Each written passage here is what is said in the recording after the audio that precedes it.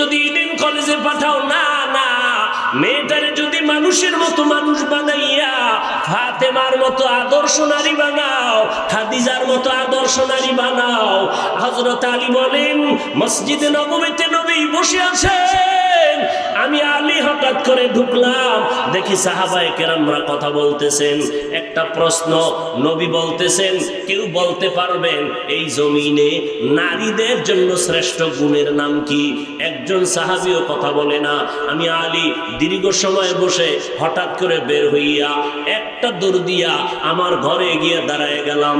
আসসালামু আলাইকুম ইয়া আহলাল বাইত, ও ঘরওয়ালারা, তোমাদের উপরে সালাম।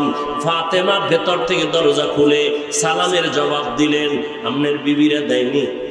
আমি দিলে না দিবে? স্বামী ঘরে ঢুকে সালাম নাই, তো স্ত্রী কেমনে সালাম দিবে? মদিনার নবী বলেন, আমি রসুলের আদর্শ, ঘরের মধ্যে ঢুকো পরের ঘরে আর নিজের ঘরে অনুমতি নাও আগে সালামের মাধ্যমে। মোবাইলে কথা বলতেছো, আগে অনুমতি নাও সালামের মাধ্যমে। সারা দুনিয়ার বেঈমানের গোষ্ঠীরা মুসলমানের সালামটা বন্ধ করে হ্যালো হ্যালো শিখাইয়া দিল। খোদার কসম, আল্লাহর নবীর সুন্নতের আমল হলো হ্যালো না, কথা বলার শুরুতে তুমি সালাম দাও, হ্যালো না বলিয়া কও আসসালামু আলাইকুম, ওখান থেকে কোনো আওয়াজ নাই, আবার বলো আসসালামু আলাইকুম, ওখান থেকে পাল্টা জবাব নাই। যতবার সালামের জবাব না দিবে তুমি শুধু সালাম দিতে থাকো। যদি জবাব না দিয়ে কয় কে ফোন করলেন, সালামু আলাইকুম, ভাইজান আপনি কে ফোন করলেন, সালামু আলাইকুম, যতক্ষণ সালামের জবাব দিবি না আমার সালাম বন্ধ হবে না।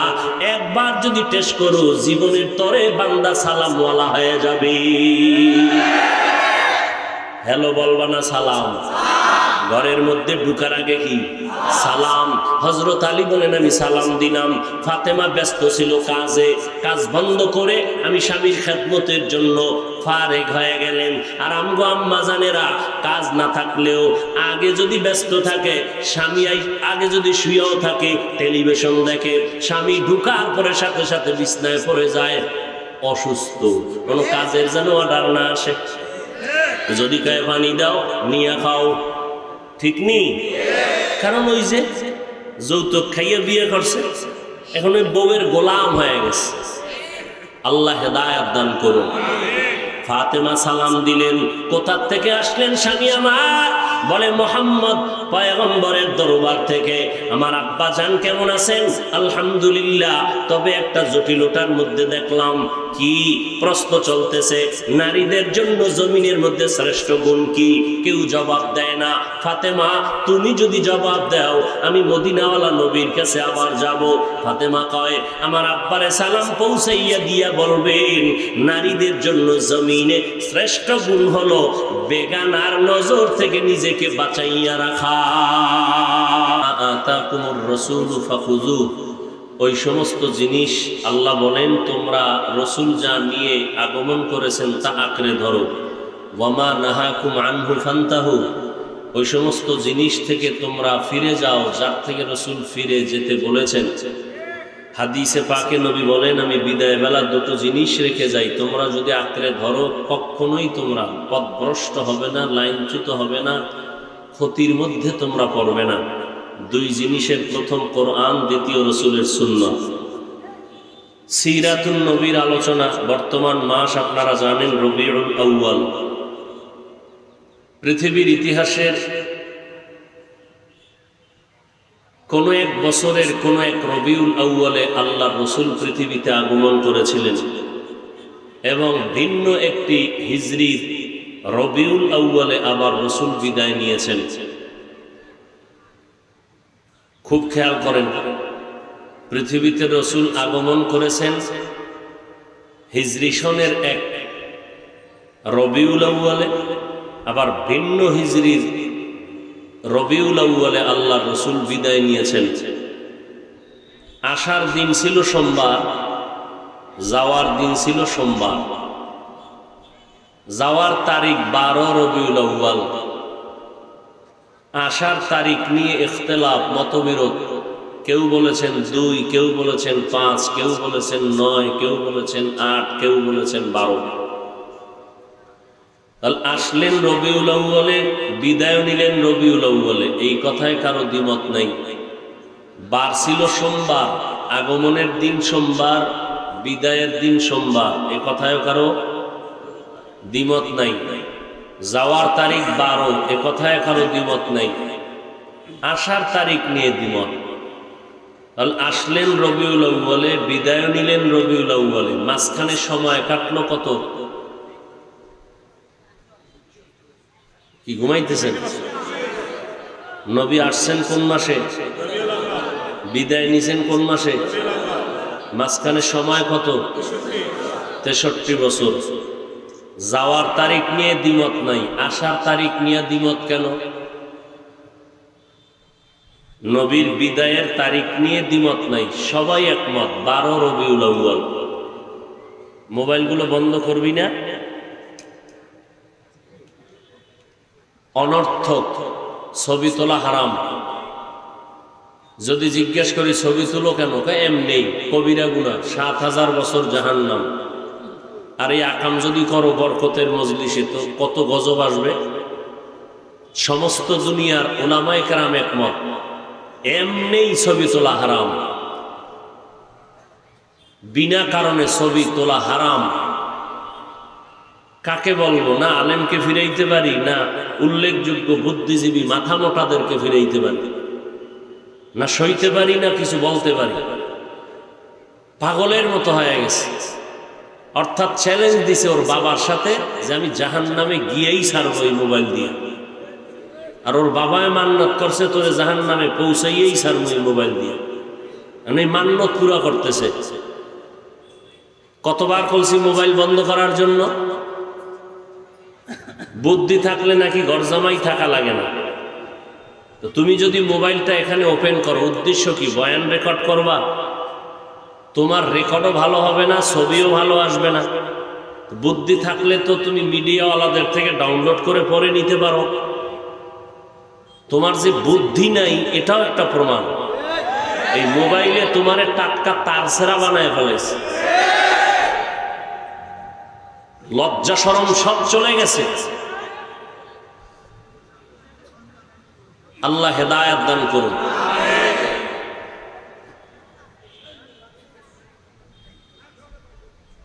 কি বলতেছিলাম?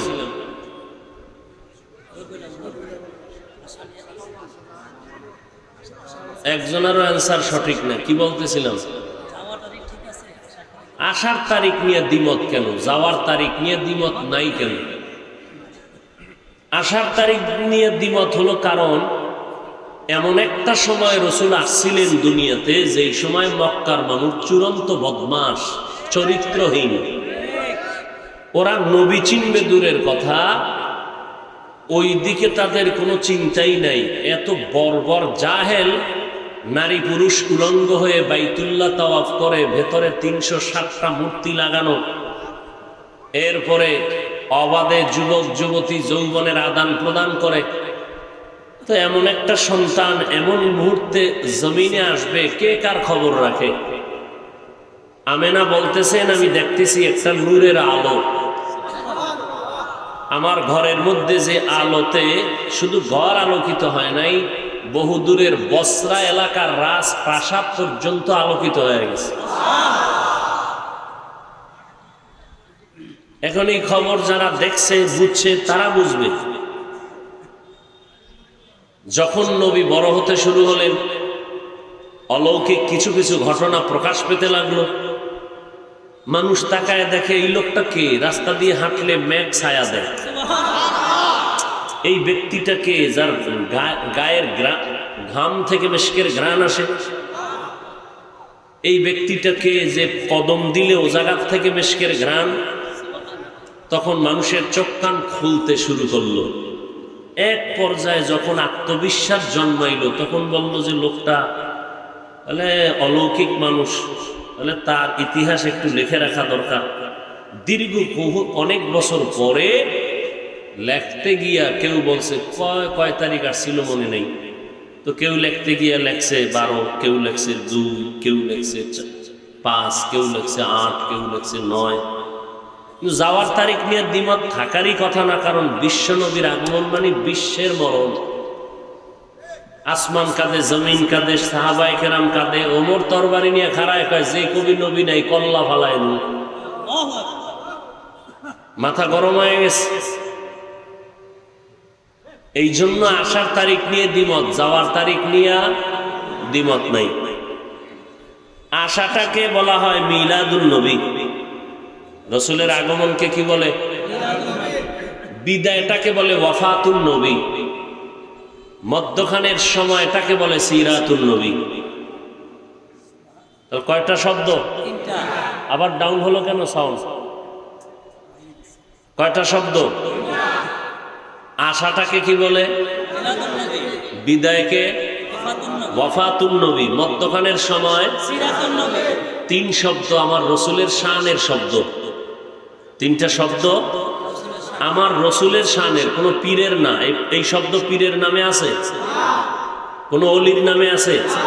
তিনোটা শব্দ আমার রসুলের শানের শব্দ। এই তিন শব্দের মধ্যে পাওয়ারওয়ালা শব্দ মাঝখানেরটা কোনটা? সিরাতুন নবী পাওয়ারফুল শব্দ। কেমন পাওয়ার খেয়াল করেন। মিলাদুন নবী যদি কেউ অস্বীকার করে তার ঈমান দুর্বল। খুব খেয়াল করেন। ওয়াফাতুন নবী যদি কেউ অস্বীকার করে তার ঈমান দুর্বল। সিরাতুন নবীকে অস্বীকার করলে তার ঈমানই নাই। কথা বুঝাইছে? নাম্বার 2, সিরাতুন নবী যে পাওয়ার বেশি, এর এক জবাব দিলাম। দ্বিতীয় জবাব, সিরাতুন নবী এমন একটা পাওয়ারওয়ালা শব্দ যেই শব্দ বললে মিলাদুন নবী আর বলার প্রয়োজন হয় না। কারণ মিলাদুন নবী সিরাতুন নবীর মধ্যে আছে, ওয়াফাতুন নবীও সিরাতুন নবীর মধ্যে আছে। নতুন করে বলতে হয় না মিলাদুন নবী ওয়াফাতুন নবী সিরাতুন নবী মানি। এবার অর্থ শুনে। মিলাদ শব্দের অর্থ জন্ম মোবারক। আন-নবী শব্দের অর্থ আমাদের সুপরিচিত নবী। পৃথিবীতে সুপরিচিত নবী স্রেফ একজন, আর কোন নবী সুপরিচিত না। বলে কেমন সুপরিচিত? পিপিলিকার কাছেও পরিচিত। গর্তের সাপ আমার রসুলকে চিনে, নদীর মাছ আমার রসুলকে চিনে, উড়ন্ত পাখি আমার রসুলকে চিনে, গর্তের পিপিলিকা আমার রসুলকে চিনে। আমার রসুলের জন্য সমস্ত প্রাণীরা পাগল, নিষ্প্রাণ কাক পাগল, গাছ পাগল। নবী বলেন আমি যখন রাস্তা দিয়ে হাঁটি দুপার্শ্বের গাছ নত হয়ে আমাকে সালাম দেয়। তাহলে আমার রসুলের মতো পরিচিত আর কোন নবী আছে? তাহলে মিলাদ শব্দের অর্থ জন্ম মোবারক, আন-নবী অর্থ আমাদের সুপরিচিত নবী। দুই শব্দ মিলাইলে কি হবে? মিলাদুন নবী। অর্থ হবে আমাদের সুপরিচিত নবীজির জন্ম মোবারক। ওয়াফাতুন নবী অর্থ আমাদের সুপরিচিত নবীজির ইন্তেকাল, মরণ, মৃত্যু। কথা বুঝেন? মতলবের মানুষ আগে বুঝবেন, আগে ভালো করে শুনবেন, তারপরে বুঝবেন। প্রশ্ন থাকলে করবেন। শুনবেনও না, বুঝবেনও না, ফট কইরা কিছু মন্তব্য করবেন। এটা চরম ভুল। কারণ এটি ঈমান আসা আর যাওয়ার বিষয়। খুব খেয়াল করেন। ওয়াফাতুন নবী অর্থ আমাদের সুপরিচিত নবীজির মৃত্যু, মরণ, ইন্তেকাল। আর সিরাতুন নবী শব্দের অর্থ হলো আমাদের সুপরিচিত নবীজির জীবন আদর্শ। রসুলের জীবন আদর্শ 63 বছর। রসুলের এই 63 বছর জীবন আদর্শের মধ্যে মিলাদুন নবীও আছে, ওয়াফাতুন নবীও আছে। কথা বুঝেন? আমার রসুল দুনিয়াতে আসছেন, আমরা মিলাদুন নবীও মানি, সিরাতুন নবীও মানি, ওয়াফাতুন নবীও মানি। কথা বুঝেন? সমাজের ভেতরে বিশাল একটা দল আছে, এরা ওয়াফাতুন নবী মানে না, রসুল মরে গেছেন এটা মানে না। কি বলে? রসুল সব সময়ের জন্য জিন্দা, রসুল কখনো মরে নাই। তাকে জিজ্ঞেস করেন আমার রসুলের 12ই রবিউল আউয়াল যে ইন্তেকাল হলো, জানাজা হয়েছিল নি? আপনাদের জানা থাকলে বলেন তো রসুলের জানাজা হয়েছিল কিনা? হ্যাঁ, সোমবার দিন চাষতের টাইমে রসুলের ইন্তেকাল। জোহরের আগে একটা নামাজ আছে চাষ, এই সময় রসুলের ইন্তেকাল। পরের দিন মঙ্গলবার সকাল টাইমে রসুলের গোসল, পরের দিন রাত্রে তাহাজ্জুদের টাইমে রসুলের দাফন।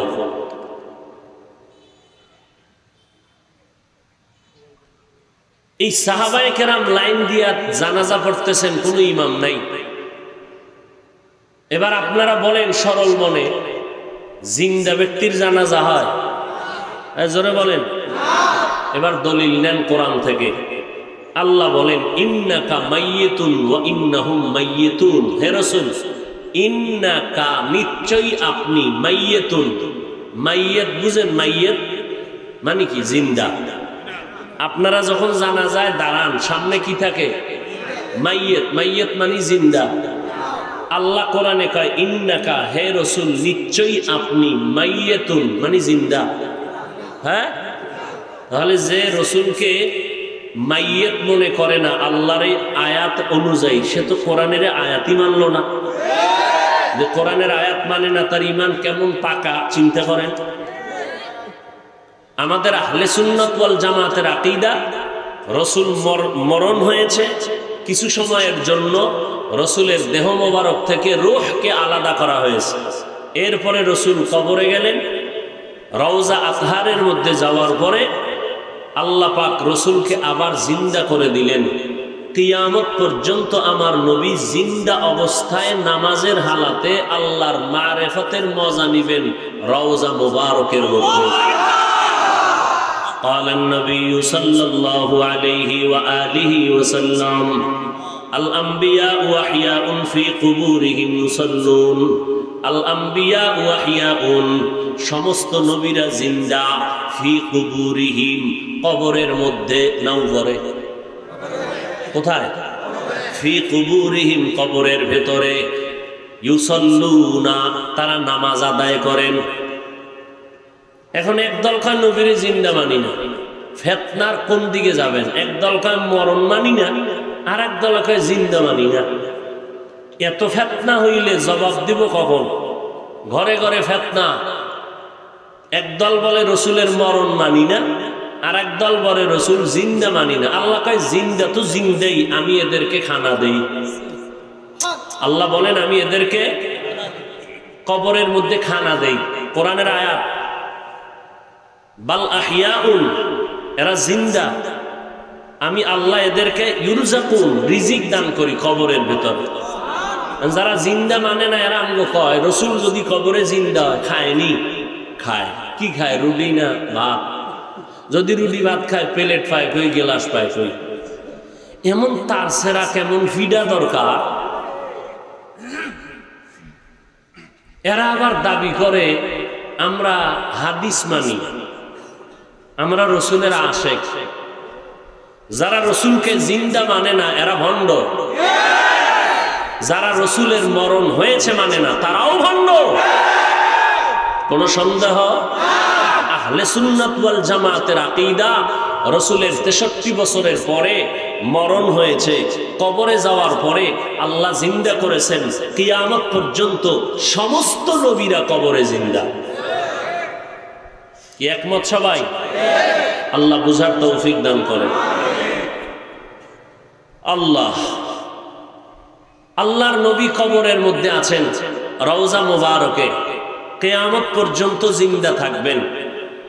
দেহের সাথে রূহ আছে। যদি দেহের থেকে রূহ আলাদা হয় তাহলে এটা কি জিন্দা? কি আপনার যখন দেহ থেকে রূহ চলে যাবে তখন জিন্দা নি? এখন কেউ যদি বলেন জিন্দা নবীর আগমন, শুভেচ্ছা স্বাগতম, আগমনটা করলো কই? মতলবে? তাহলে কই করলো? প্রত্যেক রবিউল আউয়ালে রসুলের আগমন হয়। কি স্লোগান দেন?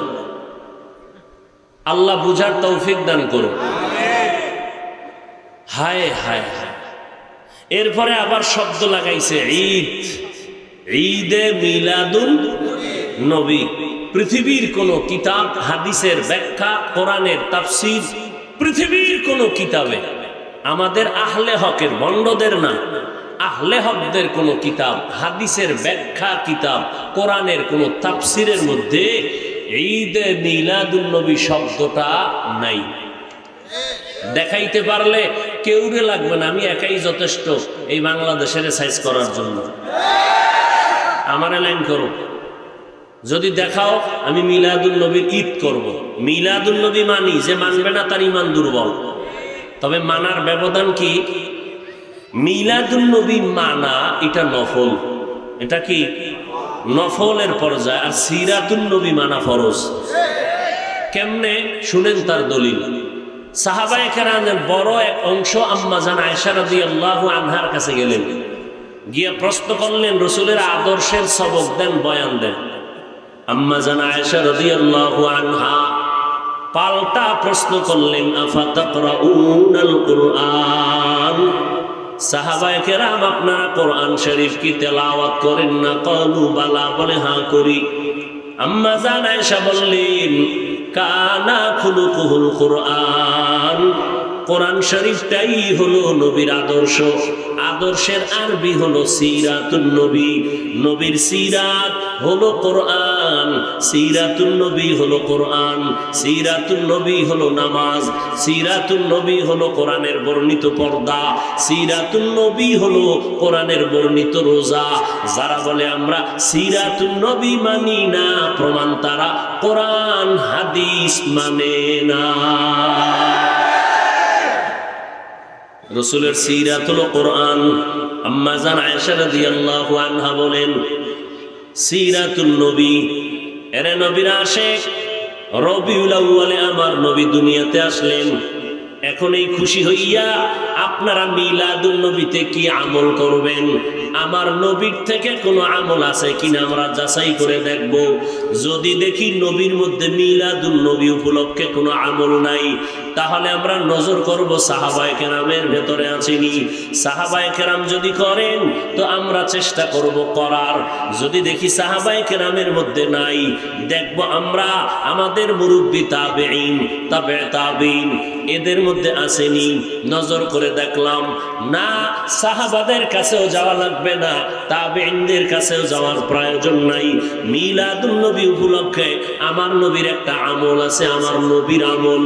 আমার নবী প্রতি সোমবার দিন রোজা রাখতেন, সপ্তাহের সোমবার। নবীকে সাহাবায়ে কেরাম জিজ্ঞাসা করলেন, ও নবী আপনি সোমবার দিন রোজা রাখেন কেন? নবী বললেন, আমি দুইটা কারণে সোমবার দিন রোজা রাখি। এক নাম্বার কারণ, আমি আল্লাহর পক্ষ থেকে যেদিন দুনিয়াতে আসছি আমার মিলাদ হয়েছিল সোমবার দিন, আমি মুহাম্মদ রোজা রাখার মাধ্যমে আমার মিলাদের শুকর আদায় করি। দুই নাম্বার কারণ, আল্লাহ যেদিন কোরআন নাজিল করিয়া জিবরাইল আমিনকে আমার কাছে পাঠাইলেন সূচনা লগ্নে, ওই দিনটাও ছিল সোমবার। আমি রোজা রাখার মাধ্যমে কোরআন নাজিলের শুকর আদায় করি। আমার নবী মিলাদ উপলক্ষে, আরো জোরে বলেন, সোমবার বছরে একদিন, বছরে একদিন না প্রতি সোমবার? এরে নবীর উম্মতের দল, মিলাদ সম্পর্কে যদি তুমি কোনো আমল চাও, মদিনাওয়ালা নবীর থেকে একটা আমল আছে, রোজা রাখো সোমবার দিন, নবীর খুশি পালন করো সোমবার দিনের মাধ্যমে। আমার নবী সোমবার দিন রোজা রেখেছেন মিলাদের শুকর আদায়ার্থে। ও উম্মতের দল, তুমিও রোজা রাখতে পারো। অতএব যারা মিলাদ চায়, মিলাদে আনন্দ করবে, প্রমাণ করতে হবে রোজার মাধ্যমে। যারা রোজা রাখবে না তাদের মিলাদ হবে না। নাম্বার দুই, আমার নবীর জন্ম হলো একবার, আমার নবীর জন্ম হলো একদিন সোমবার। আমার নবী কেন প্রতি সোমবার 12 মাস রোজা রাখলেন? গোটা জগতের উম্মতের জানায় দিয়েছেন, ওরে বান্দা, ও দুনিয়ার উম্মতেরা, মিলাদের খুশি আর মুহাম্মদের মুহাব্বত একদিন করলে হবে না। আমি মুহাম্মদ 12 মাস রোজা রেখে প্রমাণ করে গেলাম, আমি মুহাম্মদের মুহাব্বত আর আনন্দ 12 মাস করতে হবে। রবিউল আউয়ালে রবিবার লাভ দিয়া গেলা কই 11 মাস আর খুঁজিয়াই পাইলাম না, মসজিদেও পাইলাম না, মাদ্রাসায়ও পাইলাম না, ফজরের নামাজটা পড়ছো কিনা জানা নাই। মদিনার নবী রোজা রাখলেন। ও বান্দা, তুমি কেন জেলাফিয়ার মিষ্টি খাইয়া তোমার পেটটা বোঝাই করে ফেললা? ডাক্তার কয় ডায়াবেটিস, এরপরও তুমি কেন মিষ্টি খাও? আবার ফুলের মালা গলায় লাগায়, নিজের গলায় ফুল, আবার ঘোড়ার গলায় ফুল, আবার বড় বড় হুজুরের গলায় ফুল। এরে ভাইজান, ভালো করে বুঝেন, আমাদের সোনার বাংলাদেশে শেখ মুজিবুর রহমানের জন্মবার্ষিকী আওয়ামী লীগ ওয়ালারা পালন করেনি, বিএনপি ওয়ালারা জিয়াউর রহমান সাহেবের জন্মবার্ষিকী পালন করে। ওই জন্মবার্ষিকী পালন করতে গিয়া কেউ টুঙ্গি ভাড়া দৌড়ায়, দৌড়াইয়া ওই মাজারে গিয়া ফুল দেয়, দোয়া দায়ী করে চলে যায়। ও নবীর আশেকের দল, মিলাদুন নবী যদি তুমি নবীর জন্মবার্ষিকী পালন করতে চাও, তাহলে তোমার গলায় কেন ফুল দাও? বিমান ভাড়া করিয়া মদিনার নবীর মাজারে কেন যাও না?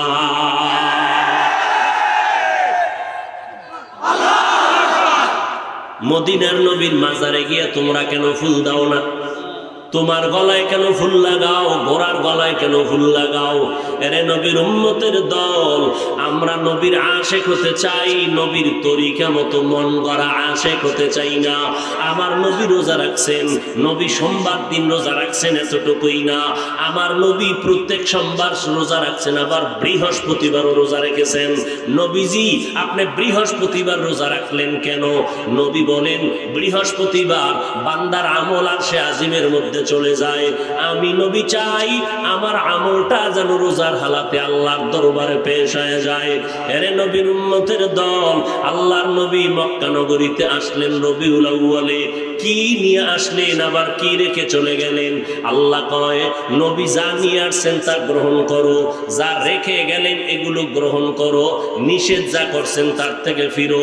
আল্লাহর নবী হাদিসে বলেন, খবরদার কোন মাসে কোন দিনকে তোমরা আলাদা ঈদ বানাইবা না।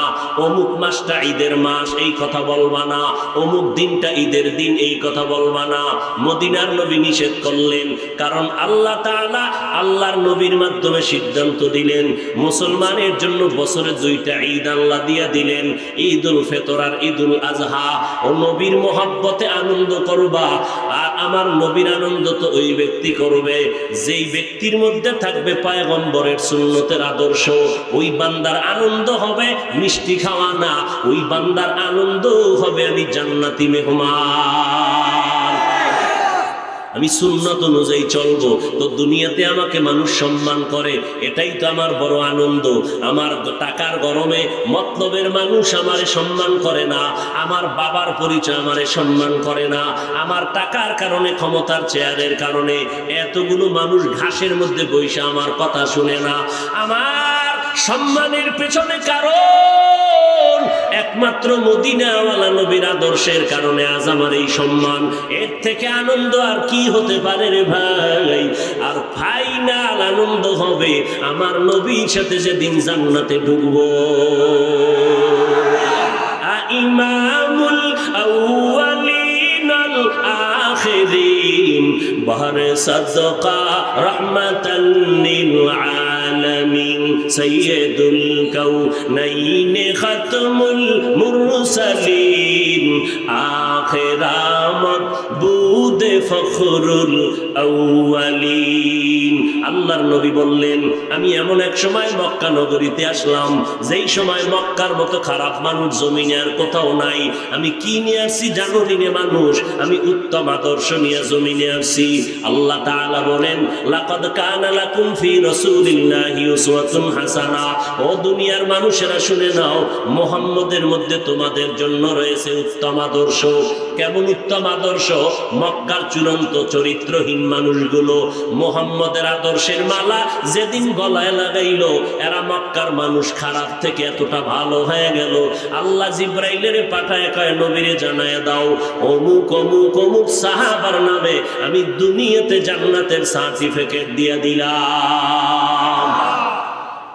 আমার নবীর আদর্শ কত সুন্দর।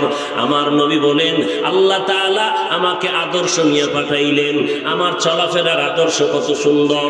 আল্লাহর নবীর মা হালিমাতুস সাদিয়া বলতেছেন, আমেনার গর্ভ থেকে যখন মুহাম্মদ আসলো কয়েকদিন দুধ পান করাইয়া আমি হালিমার কাছে দিয়ে দিলেন। মুহাম্মদের নিয়া আমি হালিমা 2টা বছর দুগ্ধ পান করাইলাম। আমার একটা সন্তান ছিল আব্দুল্লাহ, শিশু বাচ্চা। মুহাম্মদ শিশু 2 বছর আমার দুগ্ধ পান করলো। কোনদিন আমি চেষ্টা করে দেখলাম আমার দোনোটা দুধ থেকে মুহাম্মদ দুধ পান করবে কিনা, দেখলাম না, করে না। কোনো সময় আমি তারে 2টা দুধ দিতে পারি নাই, একটা দুধ থেকে সে সব সময় দুগ্ধ পান করত। কারণ শিশুবেলায় ইনসাফ কায়েম করে গেল আর জানায় দিয়ে গেল মানুষ আমি আদর্শের নবী, আমার ভাইয়ের হক আমি নষ্ট করতে পারি না। আমার নবীর কত সুন্দর আদর্শ। আমার নবীর আদর্শ দেখে দেখে দুনিয়ার বেঈমানেরা কালেমা পড়ে মুসলমান হয়ে গেল। আল্লাহর নবী বলেন আমি আবু বকরকে নিয়ে পথ দিয়ে চলতেছি, পাথরওয়ালা পথ, ডানে বামে পাহাড়। হঠাৎ চলতে চলতে ক্ষুধা, আমার তৃষ্ণা লাগলো, পেটে ক্ষুধা লাগছে, খানার জন্য কোনো কিছুই পেলাম না। হঠাৎ করে নজর করে দেখি এরকম একটা খালি ময়দান, চেটিয়াল ময়দানে এক রাখাল বকরির পাল নিয়ে দাঁড়ায় আছে। আমি নবী দাঁড়ায় গেলাম, রাখালও বলতেছে। হঠাৎ করে দেখলাম আব্দুল্লাহর সন্তান দাঁড়াইয়া আমাকে ইশারা করে বললেন, রাখাল একটু আমার কিনারায় দাঁড়াও। আমি দৌড়াইয়া আব্দুল্লাহর সন্তানের কিনারায় দাঁড়ায় গেলাম। আল্লাহর নবী ডাক দিয়ে কয়, ও রাখাল ভাই, আমাদের পেটে ক্ষুধা লাগছে, একটা বকরি দাও, ওখান থেকে একটু দুধ দহন করে দাও, আমরা দুগ্ধ পান করব। আমি রাখাল বললাম, এই বকরির পালের মালিক আমি না, এগুলো আমি মাত্র আমানতের সাথে রক্ষা করি রাখাল, আমার কোনো অনুমতি নাই, আমি অনুমতি ছাড়া মালিকের দুধ দিতে পারবো না। এবার আল্লাহর নবী রাহমাতুল লিল আলামিন কেমন সুন্দর আদর্শ কায়েম করে বললেন, এ রাখাল এমন একটা বকরি আমার সামনে এনে দাও, যেই বকরিটা দুধ দিবে দূরের কথা, দুধ দেওয়ার মতো কোনো কাইফিয়তি নাই, দুধ দেওয়ার কোনো সিস্টেমই নাই, এমন একটা বকরি এনে দাও। রাখাল বলে, মুহাম্মদের কথায় আমি দৌড়াই একটা বকরি এনে দিলাম, যেই বকরি মরণের আগ পর্যন্ত এক ফোঁটা দুধ কোনোদিন দিবে না। বকরিটা যখন মুহাম্মদের পাশে দাঁড়ানো, মুহাম্মদ বকরির গায়ে হাত লাগাইয়া ঠোঁট মোবারক নাড়ায় যেন কি পড়ল। হঠাৎ করে তাকাইয়া দেখি যেই বকরি মরার আগে দুধ দিতে পারে না, ওই বকরির ওলানটা দুধের দ্বারা ভরপুর হয়ে গেল। আল্লাহর নবীর দিকে তাকাইয়া দেখতেছি নবী নিজ হাতে ওলান থেকে দুধ দহন করলেন, এরপরে পেট ভরে দুধ পান করলেন, আবু বকরকেও পান করালেন, এরপরে আমাকেও পান করালেন।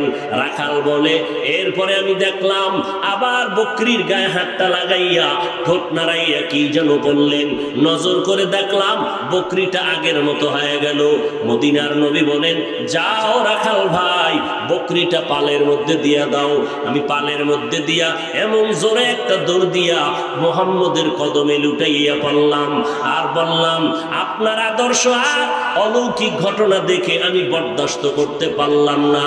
এখনো বুঝি আমি শুনছি আপনি জমিনে আসছেন, আপনার হাতে কালেমা পড়ে 10 বছর বয়সের আলী কালেমা পড়েছে, আপনার হাতে আবু বকর কালেমা পড়েছে, মা খাদিজা কালেমা পড়েছে, আমি এখনো রাখাল কালেমা পড়তে পারি নাই।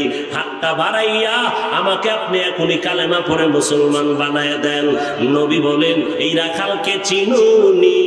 এই রাখাল আমার কলিজার টুকরা আব্দুল্লাহ ইবনে মাসউদ রাদিয়াল্লাহু তাআলা আনহু। মুফাসসিরিনে কেরাম, মুহাদ্দিসিনে কেরাম বলেন, আব্দুল্লাহ ইবনে মাসউদ এমন দামি একজন সাহাবী। আব্দুল্লাহ ইবনে মাসউদের চেহারার দিকে হঠাৎ করে যদি কেউ নজর করত, মনে হয় যেন মদিনাওয়ালা নবীর চেহারার মতো দেখা যায়। নবীর আদর্শ দিয়া অল্প টাইমে মক্কার মানুষগুলোকে তৈরি করে ফেললেন। কলবের পরিবর্তন হয়ে গেল। যারা নামাজ চিনে না, নামাজের আদর্শ ধরল, পাগলের মতো হয়ে গেল।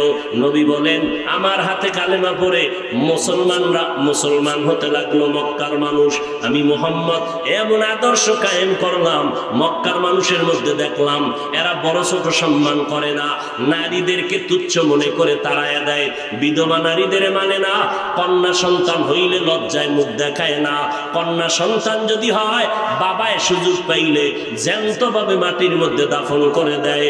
আমি মুহাম্মদ আইসা আলমার আদর্শ, আল্লাহর হুকুমে আমি আদর্শ বাস্তবায়ন করলাম। নারীদেরকে আর অবহেলার নজরে দেখা যাবে না। আমি মুহাম্মদের বয়স যখন 25 বছর হয়, আমি বিধবা নারী খাদিজা রাদিয়াল্লাহু আনহাকে 40 বছরের বয়সের নারী, 2 জন স্বামী বিদায়ের পরে আমি তৃতীয় স্বামী হিসাবে খাদিজাকে গ্রহণ করে নিলাম। ও দুনিয়ার মানুষ, এই খাদিজার গর্ভ থেকে সব সন্তান আমার আসছে। খাদিজার গর্ভ থেকে মাত্র একটা ছেলে, আমার স্ত্রী মারিয়া কিবতিয়ার গর্ভ থেকে হইয়া আমার সব ছেলেগুলো অল্প বয়সে দুনিয়ার থেকে চলে গেল। আমার ছেলে সন্তান 3টা আর মেয়ে হইল 4টা। 4টা কন্যা সন্তান, 3টা ছেলে সন্তান খাদিজার গর্ভ থেকে আসছে। এরে নবীর উম্মতের দল, খাদিজার গর্ভ থেকে আমার ছেলে যত আর ছিল, একটা ছেলেও দুনিয়াতে বেঁচে ছিল না। তৃতীয় আমার কন্যা সন্তান ছিল 4টা। আমার প্রথম সন্তান কন্যা জায়নাব, দ্বিতীয় সন্তান উম্মে কুলসুম, এরপরে রুকাইয়া, এরপরে আমার কনিষ্ঠ কন্যা সন্তান আমার কলিজার টুকরা ফাতেমা রাদিয়াল্লাহু আনহা। এই 4টা সন্তান, ছেলে 3টা আমার খাদিজার থেকে আসলো। মক্কার মানুষ দেখি আমারে সি সি করতেছে। আমি বুঝাইয়া দিলাম, তোমরা বিধবাদেরকে তুচ্ছ মনে করো, আর ইসলাম আর মুহাম্মদ আমার আল্লাহ নারীদের সম্মান কিয়ামত পর্যন্ত বাড়াইয়া দিয়েছে।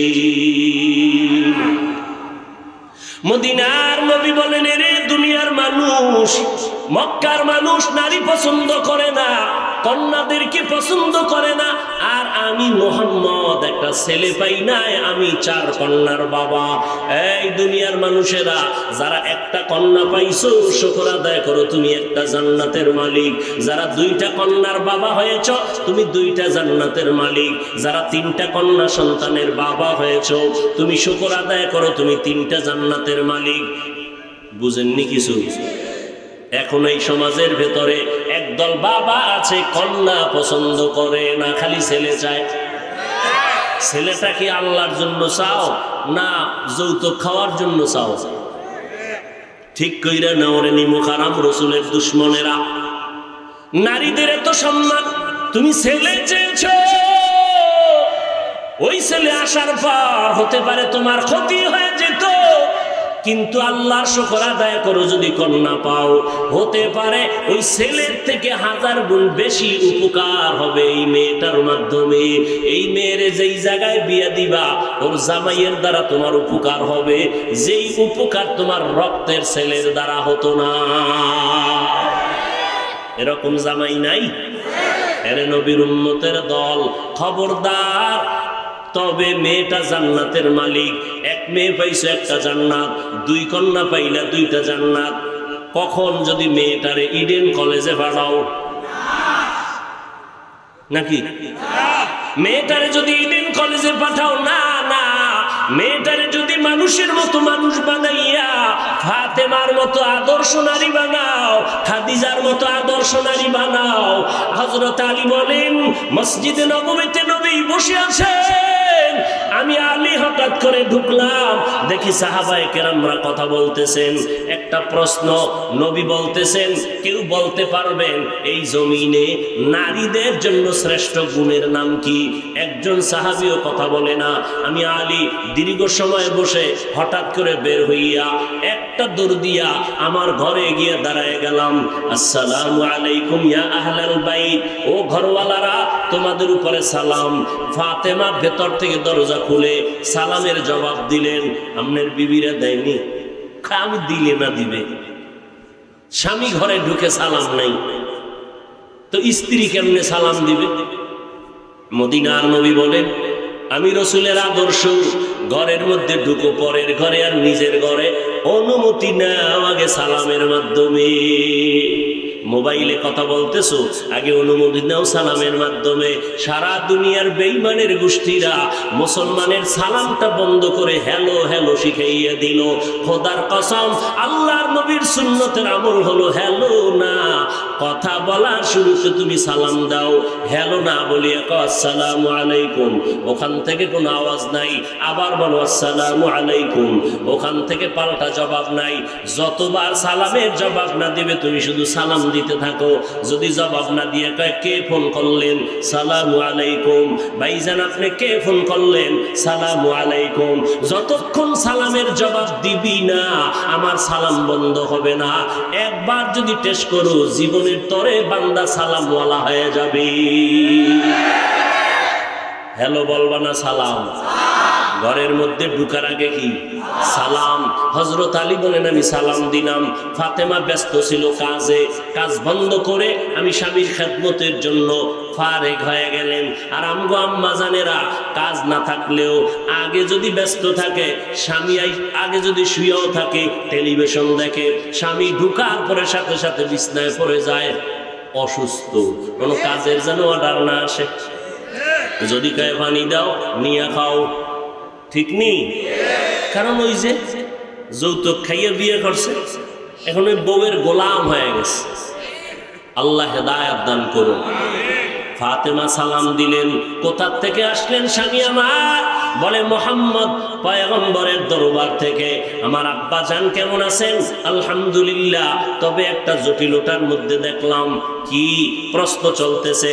নারীদের জন্য জমিনের মধ্যে শ্রেষ্ঠ গুণ কি? কেউ জবাব দেয় না। ফাতেমা তুমি যদি জবাব দাও আমি মদিনাওয়ালা নবীর কাছে আবার যাব। ফাতেমা কয় আমার আব্বারে সালাম পৌঁছাইয়া দিয়া বলবেন নারীদের জন্য জমিনে শ্রেষ্ঠ গুণ হলো বেগানার নজর থেকে নিজেকে বাঁচাইয়া রাখা। বেগানার নজর থেকে নিজের হেফাজতে রাখা নারীদের জন্য শ্রেষ্ঠ গুণ। হযরত আলী বলেন আমি দৌড়াইয়া আবার মসজিদে নববীর মধ্যে চলে গেলাম, সালাম দিলাম। নবীজি ঘর থেকে আসলাম। আমার ফাতেমার কি হালাত? বলে নবী ভালো, সালাম দিয়েছেন আর জবাব দিয়েছেন। নবী প্রশ্নের জবাব পেলেন। কি জবাব? দুনিয়াতে নারীদের জন্য শ্রেষ্ঠ গুণ হলো বেগানার নজর থেকে নিজের বাঁচাইয়া রাখা। এরে নারীর দলেরা, আল্লাহর নবী তোমাদের সম্মান বাঁচায় রাখছেন, তোমাদের ইজ্জত বাড়ায় দিলেন। ইসলাম ছাড়া নারীর সম্মান মর্যাদা কেউ দিতে পারে নাই। এরে নবীর উম্মত, আম্মা জান আয়েশার কথা দেখলাম গতকালকে রাসূলের সিরাতের আলোচনা দেখতে গিয়া। আম্মা জান আয়েশা বলেন আমার নবী দুনিয়া থেকে বিদায় হলেন, আমার হুজরার মধ্যে তার দাফন। আমি আসি যাই, ভেতরে ঢুকতেছি, আমার ওড়নাটা ঠিক মতো রাখি না। এরপরে যখন আমার আব্বাজানের লাশ, আব্বাজানের দাফন হলো আমার পয়গম্বরের পার্শ্বে, আমি আয়েশা ভেতরে ঢুকতেছি আসতেছি, কোনো বেপরোয়া, বেশি পেরেশানি নাই। কিন্তু যেদিন হযরত ওমরের লাশ আমার আব্বার পাশে দাফন হয়ে গেল তখন আমি পেরেশান হয়ে গেলাম। এখন আমি যতবার রওজা পাকের মধ্যে প্রবেশ করি আমি আয়েশা ওড়না টাইনা দিয়া পর্দা রক্ষা করে ঢুকি।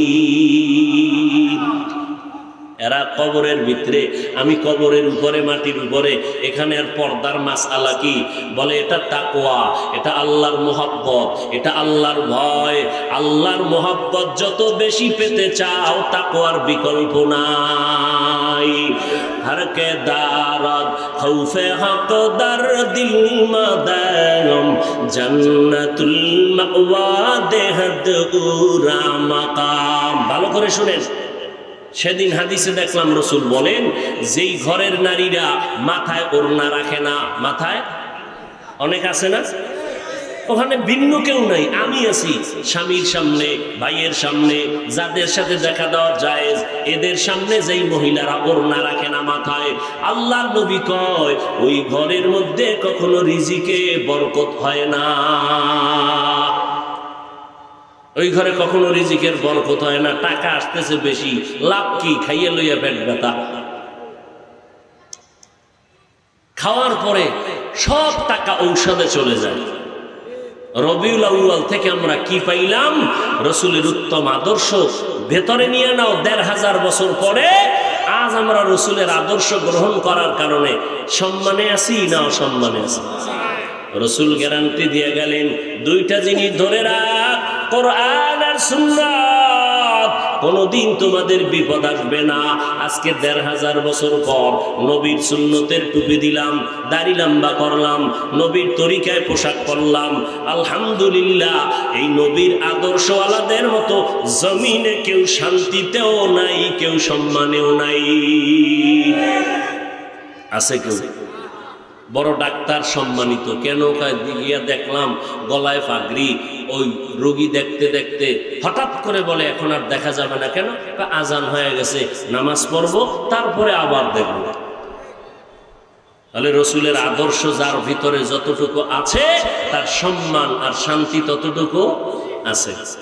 যার কাছে নবীর সুন্নত নাই, তার কাছে সম্মান নাই, তার কাছে ইজ্জত নাই, তার সম্মান ইজ্জত জমিনের মধ্যে নাই। এরে নবীর উম্মতের দল, পয়গম্বরের আদর্শের মালা গলায় লাগাও। এতক্ষণ বয়ান করিয়া একবারও বলি নাই তোমরা চরমনাই না গেলে গুনাহ হবে, তাবলিগে না গেলে গুনাহ হবে, কওমি মাদ্রাসায় না পড়লে গুনাহ হবে, একবারও বলি নাই। খবরদার, আমি আপনাদের পায়ে হাত রেখে বলবো, চরমনাই যাও না যাও সেটা তোমার বিষয়, তাবলিগে যাইবা কিনা সেটা তোমার বিষয়। গুনাহ হবে এই কথা বলার অধিকার কোনো মানুষের নাই। আমি একটাই বলবো, তাবলিগ বুঝি না, চরমনাই বুঝি না, বাহাদুরপুর নানুপুর আর অন্য কোন উজানির পীর বুঝি না। মদিনাওয়ালার আদর্শ মাথায় লাগাও, মদিনার নবীর আদর্শের টুপি লাগাও। বলে নবীর আদর্শের টুপি কোনটা? এই জমিনে উলামায়ে আহলে হকের টুপি যেইটা, এইটাই মদিনার টুপি। উলামায়ে আহলে হক। তবে সাবধান, উলামায়ে আহলে হক ধরতে গিয়া এই জমিনে একদল আছে উলামা নামের বাতিল, এদের কাছে ধরা খাইও না তো দুনিয়াও বরবাদ, খাসারাত দুনিয়া ওয়াল আখিরা। যেই সমস্ত উলামা বড় বড় আলেম দাবি করিয়া বলে কোরআনের মধ্যে হাদিসের থেকেও বেশি জাল আছে, জাল। আবার এক আলেম বলে নবীরা অন্যায়কারী, আল্লাহ তাদের দিয়ে অন্যায় করাইছেন, অপরাধ করাইছেন। ভালো করে বুঝে নাও, এরাই হলো উলামায়ে আহলে বাতিল। বাতিল আছে না নাই? এই পরিমাণ বাতিল। আমি আজকে জুমায় বলছি, আমেরিকায় হঠাৎ ইসলাম কায়েম হবে খুব মনে কয়, রাশিয়ার মধ্যে হঠাৎ ইসলামের পতাকা উঠে যাবে দ্রুত গতিতে, কি ইন্ডিয়ায়ও ইসলামের পতাকা উঠতে পারে দ্রুত, কিন্তু ভয় লাগে সোনার বাংলায় ইসলামের পতাকা তাড়াতাড়ি উঠবে না, টুপিওয়ালাদের ধাক্কা ধাক্কির কারণে। কারণ আমরা সবাই কাফের। আমি কই আর একজনের কাফের, সে কয় আমারে কাফের, তো আমি ইমান কই। আমি বলি আমি ইমানদার, আর একজনকে আমি কাফের। এইভাবে যদি হোমানে একজন আর একজনের কাফের করে, তাহলে মুসলমানই নাই দেশে। কি সরমনেওয়ালারা কাফের, দেওবন্দিওয়ালারা কাফের, তাবলিগওয়ালারা খালি কাফের আর কাফের। তো ইমান কই? যারে তোমরা ইমানদার খাও, এর দাড়ি নাই, টুপি নাই, বউ পর্দা করে না, মাইয়া বলা পর্দা করে না, গাঞ্জা খায়, মদ খায়, সুদের টাকায় ব্যবসা করে, সুদের টাকায় বক্তা সাহেব হজে যায়। সুদের টাকায় কই যায়? হজে যায়। সুদের টাকায় মাদ্রাসা, সুদের টাকায় মসজিদ। হারাম হারাম, সুদের টাকা এগুলো দান করাও হারাম, নেওয়াও হারাম, জেনে শুনে। ভাইরা আমার, তাহলে এই যদি হয় আমাদের প্রতিহিংসার অবস্থা, আমরা যা বললাম ঈমান বাঁচাবার স্বার্থে যতটুকু প্রয়োজন ততটুকু বলি। কারণ কেউ যদি বলে কোরআনে জাল আছে, এই কথা বললে ঈমান থাকে। কেউ যদি বলে নবীরা অন্যায়কারী, ঈমান থাকে। তাহলে যদি কোনো আলেম বলে, সে আলেম হক না বাতিল, তাহলে এটা উম্মতকে বলতে হবে। ঈমান বাঁচাবার জন্য, আমরা কাউকে আঘাত করার জন্য বলি না। লাকাদ কানা লাকুম ফি রাসূলিল্লাহি উসওয়াতুন হাসানা, নবীর আদর্শের মালা গলায় লাগাও। ও নবীর উম্মতেরা, উলামায়ে আহলে হক, যাদের বয়ানে মানুষের আমল ভালো হয়, দাড়িবিহীনওয়ালা দাড়িওয়ালা হয়, পর্দাবিহীনওয়ালা পর্দাওয়ালা হয়, নবীর সুন্নতের আমলওয়ালা হয়, এদের মাধ্যমে তুমি আমলওয়ালা হয়ে যাও। এই রবিউল আউয়ালে নবীর আদর্শের শিক্ষা নিয়ে আমল শুরু করে দাও।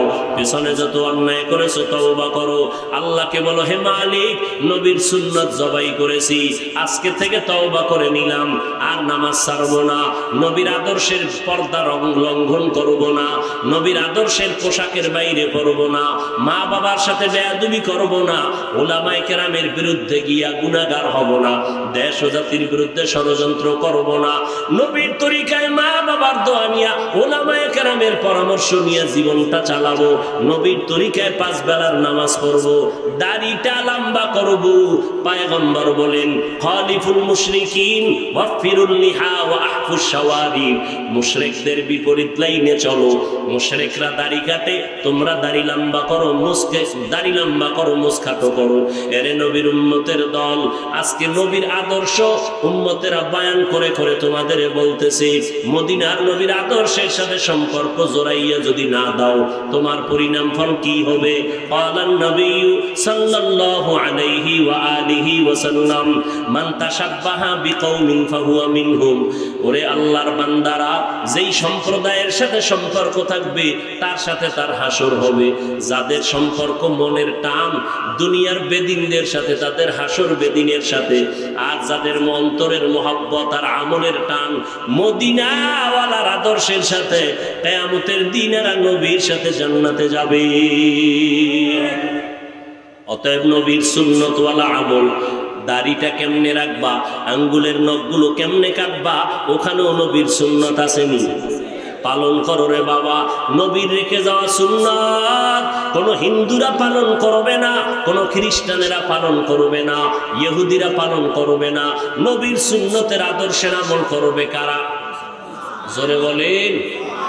মতলবের মুসলমান ব্যতীত না মতলবের দিও? তাহলে তোমার বয়স হলো 30 বছর, তোমার গালে দাড়ি কেন ওঠে না? এই আল্লাহর বান্দা, তোমার মাথায় কেন মদিনার আদর্শের টুপি দেখা যায় না? তোমার সাথে কোনো কারোর চুক্তি হয়েছে নাকি? মরার আগে তওবা করিয়া মরতে পারবা, গ্যারান্টি আছে নি? নাই। এরে নবীর উম্মতের দল, এখনো সময় আছে, তওবা করে নাও। কয়দিন আর জমিনে বাহাদুরি করবা, এমন কোন দিন নেই যে যুবকের লাশের খবর নাই। প্রতিদিন মরণের খবর আর খবর, মা হারা বাবা হারা, আবার কত মা বাপ সন্তান হারা অসহায় হয়ে গেল। অতএব মরণের আগে তওবা করে নাও, আর জীবনে নামাজ ছাড়বো না, বেপরদায় চলবো না, মা বাবারে কষ্ট দিব না, নবীর তরিকার বাইরে চলবো না, নামাজ 5 বেলার পড়ব, দেশ ও জাতির বিরুদ্ধে ষড়যন্ত্র করব না, উলামায়ে আহলে হকের পরামর্শ নিয়া আমরা সঠিক রাস্তায় নবীর তরিকা মতো চলব। আল্লাহ পাক আমাদের সবাইকে তওবাওয়ালা জিন্দেগি দান করুন, নবীর আদর্শওয়ালা জিন্দেগি নিয়া নবীর তরিকা মতে আমাদের জীবনকে চলার মতো তৌফিক আল্লাহ দান করেন, আমিন। আলহামদুলিল্লাহি রাব্বিল আলামিন, ওয়াসসালাতু ওয়াসসালামু আলা সাইয়্যিদিল আম্বিয়া ওয়াল মুরসালিন ওয়া আলা আলিহি ওয়া আসহাবিহি আজমাইন। ইয়া আরহামার রাহিমিন, ইয়া আরহামার রাহিমিন, ইয়া আরহামার রাহিমিন। রব্বিরহামহুমা কামা রব্বায়ানি সগীরা। बता हमको तेरे राह की तरफ है, तेरे राह पर चला हमको खुदाया। बेगुनाह न गुज़श्त बरमा साअते, बाहुज़ूरे दिन न करदम ताअते। या इलाही मुझसे मुझको दूर कर, ताके देखो मुझ में तुझको एक नजर। रब्बुल आलमीन কুদরতের নজর দিয়ে তাকাইয়া দেখেন, খোলা আসমানের নিচে আপনার আশায় পাগলেরা বসছেন, টাকা চায় না, বাড়ি চায় না, জাহান্নাম থেকে মুক্তি চায় রে আল্লাহ। ও দয়ার মালিক, এই বরকতের মজলিস থেকে কাউকে খালি ফিরাইয়া দিয়েন না রে আল্লাহ। ওলামায়ে কেরাম, মুরব্বী, হাজী সাহেব, কত ব্যবসায়ী, কত চাকরিজীবীরা হাত তুলেছেন। পর্দার আড়ালের কত মা বোনেরা, কলিজার টুকরা যুবক, কত ছাত্র ভাই, মেহেরবানি করে আমাদের জীবনের সব গুনাহগুলো মাফ করে দেন আল্লাহ। মাহফিল কবুল করে নেন, আয়োজনকারী সহযোগিতাকারীদের কবুল করে নেন, ওলামায়ে কেরামের এই কাফেলাকে কবুল করে নেন, উম্মতের খাদেম হিসাবে আপনি কবুল করে নেন।